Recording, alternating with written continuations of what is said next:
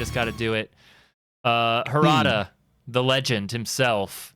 Don't ask me for shit. Harada is leaving Bandai Namco after 30 years. He is. Yeah. Now you literally cannot ask him for shit. That's 100% true. There's no reason to.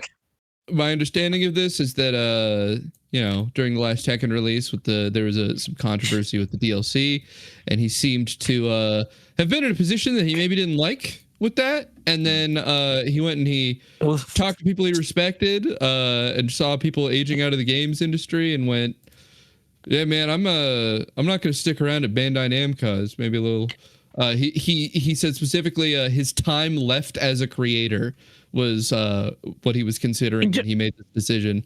You're seeing this from a lot of Japanese devs recently. Like Itsuno left Capcom to go do his own thing. Right. And fucking Kamiya came back to Capcom.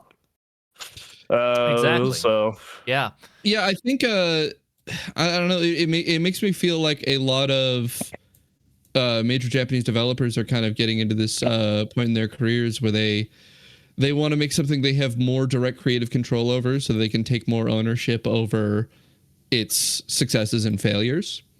Yeah. And is it ownership or is it being able to make the games that they want just for creative purposes? Yeah, exactly. But it's that freedom to make the thing that is the thing you wanted, not the thing that you needed to make. Yeah. Which I feel is in a way, taking creative ownership over the thing. It allows it to be more your vision.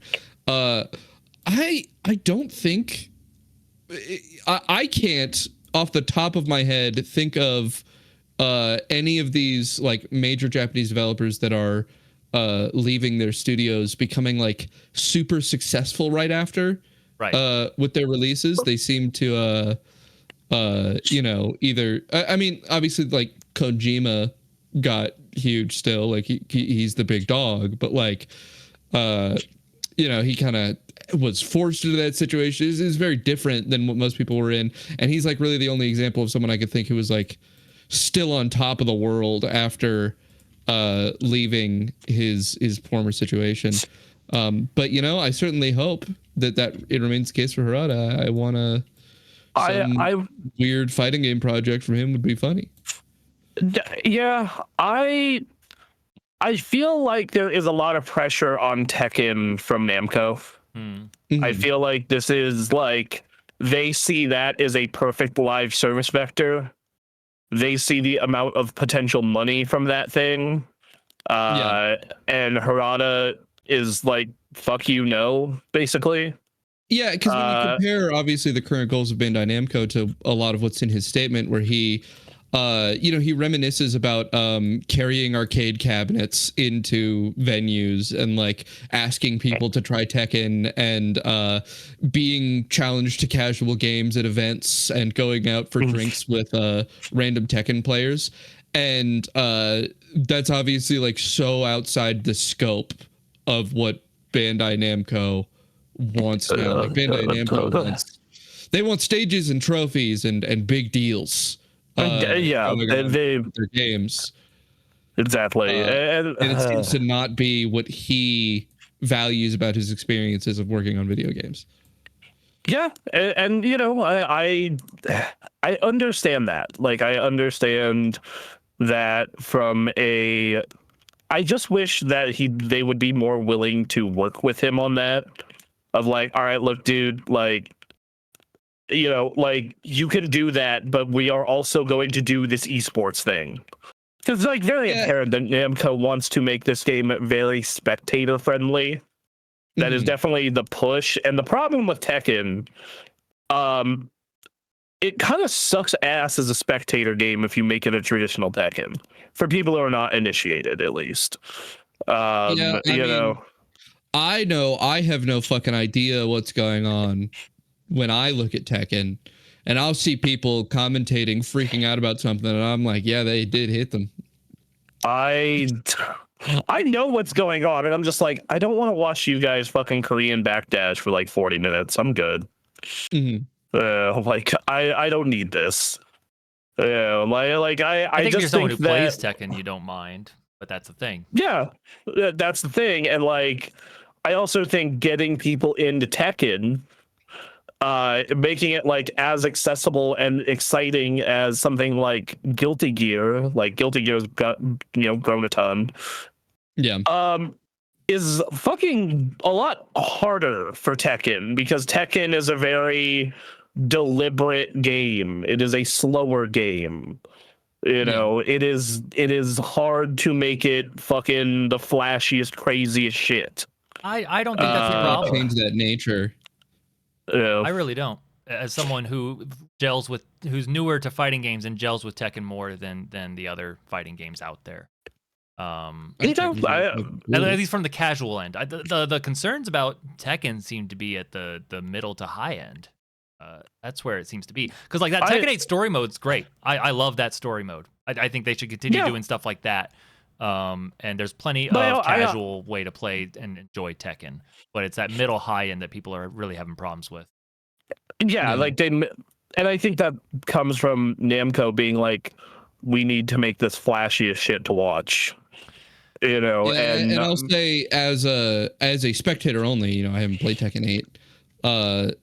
It is not deeply interesting to me to watch Tekken gameplay, and that puts them in this weird position where they're compromising the experience of their players to attract an audience that isn't actually being attracted by the things that they're doing. Right. Yeah, I don't think there's a way to make Tekken the way it is more appealing than a Street Fighter to watch. I just think the nature of Tekken is slow and some long combos for a number of characters, so long as you don't drop them. And like you're chaining those into wall breaks and falling down, and like it just, when someone gets into a combo, you're sitting there and watching them do it. And I still think there's exciting stuff to watch, but you compare that to what's going on in Street Fighter 6, like, or Guilty Gear, it doesn't compete. And that's, if you're into Tekken, that's fine. Like whatever. Right. But like if you're trying to get new people into Tekken to turn it into the next Street Fighter, the next I just don't think you do that at EVO. That's just not where it happens. I think there was plenty of ridiculous buzz about Tekken when it was coming out, and it didn't need EVO for that. And it's never going to be the fighting thing about Tekken to me is the stories I've heard about it, and from what I played of Tekken 7, I'm like, this feels good to play. Mm-hmm. Like the game itself, I don't think has an enjoyability problem. I think I have never spoken to someone who played Tekken and said they didn't like it. Right? Well, except you, Bronson, for a while, right? Yeah. So I am the person who did not like Tekken for the longest time, and 8 is where I started to enjoy it because they made it a more offensive game. Mm-hmm. They made it they made it closer to what the fighting games I like are. But the problem with that is that most Tekken players don't like that shit. Right. Like they don't like the fucking shit that you get out of a game like Street Fighter or what you get out of a DOA. When you ask how do I defend against this is ridiculous, and they say don't get hit in the first place, is not the answer. I don't know, that's kind of fighting games, unfortunately, but Yeah, don't get hit. I like that answer. So it's one of those things where it's like, so for me, like Tekken 8, like I got the platinum in Tekken. I played a shit ton of Tekken. I'm, like I occasionally. But Tekken 8 is what I specifically refer to when I say I don't know. I don't know somebody who's played Tekken 8 and didn't like it. Yeah. Like I don't think Tekken has a problem where they need to refine their gameplay to be a better time. On the casual end, on the there's something about balancing, and again, it's an area of Tekken that I've never stepped foot into. I wouldn't know what I'm talking about with it, and so I don't. It's the same thing with Monster Hunter. There's a lot of complaints about Monster Hunter, which someone who plays casually, I just don't see what the problems are. I enjoy it. Right. So I can't really speak on it. I have heard that Tekken has a lot of controversy for like really high end players. Mm-hmm. And that there's and that basically it sounds to me like the game is annoying, right?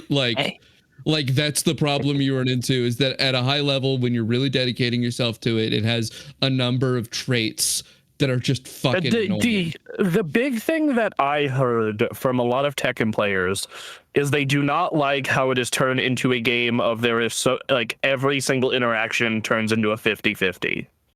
Yeah, where it's like fucking annoying. It's annoying to be playing and being like, all right, well, I guess I'm fucking rolling dice every time I do something because we both know the best move and we both know it puts us in a 50-50 and I just need to guess what you're doing. I just have to hard read everything. Yeah, like and that's the thing is like I think that a lot of Tekken players hate that shit, but I also think about like, okay, well, how would you make a more offensive Tekken? And I'm like, you kind of have to do that if you're going to make a more offensive, fucking just get in their face Tekken. You know? Yeah, because I mean, the only way to make a game that's like when you make a game more offensive, it means making game more offensive just means making it less defensive. I feel like, right? The fewer answers a move has. Right, because it's in a fighting game, a move is a question, and you need to have the right answer to it. And I think the fewer answers available to any given move means the more offensive any given interaction is. Right, because you want to be doing your thing with the fewest answers. That's the hardest to respond to. Your most complex question you can possibly pose is the one you want to be posing. And if your questions get really complex and there's not a lot of answers, eventually it'll boil down to you just need to take a guess. And that sucks. It doesn't feel good to not be, to not be like actually choosing when doing something because, it doesn't, you're not having a skillful interaction. Right. But I mean, I'd say that I feel like most fighting games do eventually boil down to this, though, right? Like, I feel like at the highest level, that's basically what everyone is doing. Yeah, like if you are playing like Marvel at the very highest level, there are tons of interactions where it's like, I just have to make a hard read here. Like, I am in the corner, I am getting drilled down. If I do not make a hard read here, I am going to get it put into an infinite blender. And a lot of people don't like that experience. I find that Tekken in particular has not had that because it is like just a slower, more methodical game. And as they have sped it up, they sped it up a lot in 7. And, people bitched about Akuma primarily, which, all right, hey, I understand. And then in the case of Tekken 8, they sped it up even more, and that's kind of taken it to where it is now. Right, and where you're running into those interactions more often the faster it gets. Yeah, exactly, and it's just I don't know how you fix that without just being like, we're going back to Tekken 5. Which, was a popular game, and I bet Tekken people would be stoked. Well, I think a game like Guilty Gear answers it by adding a bunch of complex shit. I feel like the way that Guilty Gear has answered the question of how do you deal with putting people in these unsatisfying scenarios is by putting them in a lot of really different scenarios that do also have answers. Yeah, like, if you're fighting Asuka, you can answer those cards, right? Like you can do a right thing. It's just there's so many things to do a right thing to that the challenge is still present and there's still a dynamic sense of like, okay, I need to practice all of these things, and that's where the skillfulness comes from, maybe. I think Guilty Gear has a very specific advantage to most other fighting games, and that there are a lot of characters in Guilty Gear that are systems into themselves. Well, right. Like there are characters in Guilty Gear who are just like, this guy's the only one who does this and has this very specific meter and this very specific thing. And I think in the case of Strive, they dumbed a lot of that down before eventually scaling it up. And I think that was a smart move. It's made the game pop off. I saw more Guilty Gear hype and merch and everything at EVO at any other point in my life this past year. It made me want to play Guilty Gear, and then I loaded up Guilty Gear, and I'm like, oh, Yeah, right. Guilty Gear. Yep. Okay. Yeah. And then I went back to playing Street Fighter and Dragon Ball. Right. But yeah, I also think that there's a fine line for fighting games where it's just like a lot of people are complaining about Marvel Tokon because all the characters are too similar to each other. And then you have cases where people will complain about, what I just complained about in Guilty Gear, where it's just like, dude, I don't want to learn all this shit for every single person on this roster. Too much. Right. And I think something that we're learning is also, these franchises are distinct for a reason. They all have their own specific audience, where some people are more tolerant of certain things and some are less tolerant of other things, and it creates an identity among each of them. Yeah, and I think that in the case of Tekken, Namco Bandai is just going to have to settle for like, look, dog, they don't want this to turn into DOA. They don't want this to turn into fucking Street Fighter.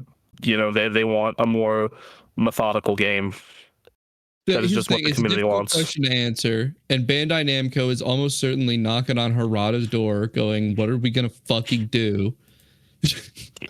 Well, I think it's reasonable for him to now go, I don't want to live my life like this. Well, there's a lot going on. With you had Harada a perfect here. joke.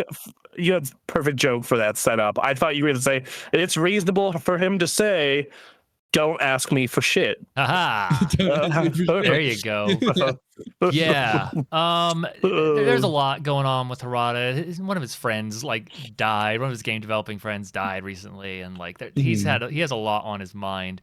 And yeah, there's been a lot of pressure on him regarding Tekken. He tried to get the next group of Tekken developers to take the mantle, and that's what really kicked off a lot of the controversy of Tekken 8 right now. So they've been trying to fix it. And then on top of, Harada's other issues, he got to work on Shadow Labyrinth for a little bit, and the reviews on that, but he got to do something different. And so, I think he's just interested in doing something new. And let me tell you what I want him to do. He says, looking back, I was fortunate to work on an extraordinary variety of projects, including Pokken Tournament, which is what he should do. To do Pokken Tournament 2, God damn it. So this is what I would love. This is what I would love to see. I would love him to go to Koei Tecmo and just turn Dead or Alive into a juggernaut. Sure. I would love that more than anything in the whole world. I'm going to take option 3 here. Because he also said that he was very lucky to get to work on Summer Lesson VR, the almost porn game that they put on PSVR. So he's gonna go get hired by Illusion Games, the VR porn game makers. And that's where he's gonna make his real mark. On his career. Hell yeah. So if you've ever seen a picture of Harada, that dude could totally work in pornography. Yeah, he could. That dude, that guy. You see him walking around, I'd be like, that guy works in the porn industry. Okay. Being fully serious, what I would like to see from Harada, this is 55. Yeah. He only has so much time to make video games. He's got probably 1 or 2 left. Is probably realistically what it is. Well, if you're making AAA titles, here's what I want him to do. I want him to make a new fighting game. New. Just straight up new IP. Let Harada make something. Let Harada cook. Really cool. Yeah. I want the opposite, because I just want him to stick it to Tekken's primary rival, or stick it to Tekken via their primary rival in the past, DOA. Plus, or get him on Soul Calibur. Soul Calibur is owned by Namco. Yeah, but Soul Calibur is different. Hire him back. I get him back. Hire him back. Give me. You're not using Soul Calibur. Give it to me. I'm gonna create a company. You're not using this shit. And then working on Dead or Alive, because like you were saying, it's Itagaki's baby. That would be an interesting way to. Yeah, Itagaki passed this year, and just like Itagaki was a big deal for him, and.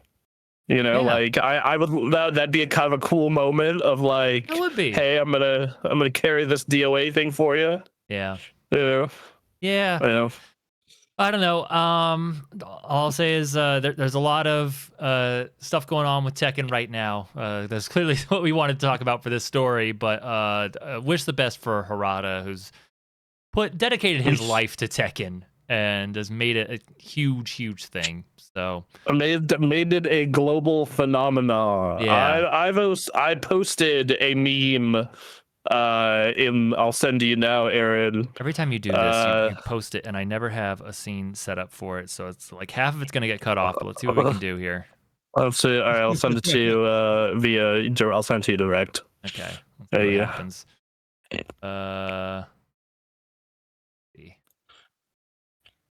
Yeah. Yeah, I'm just gonna read it because it cuts off on the stream. But he may never put Kiryu Majima in a Tekken game, and he may have fumbled Tekken 8 in the early months of its existence. I don't know about that, but there goes the guy who made Tekken into a global phenomenon. Yeah, Harada's great. There is. He is. I'm not gonna take shit about Harada. Leave him alone.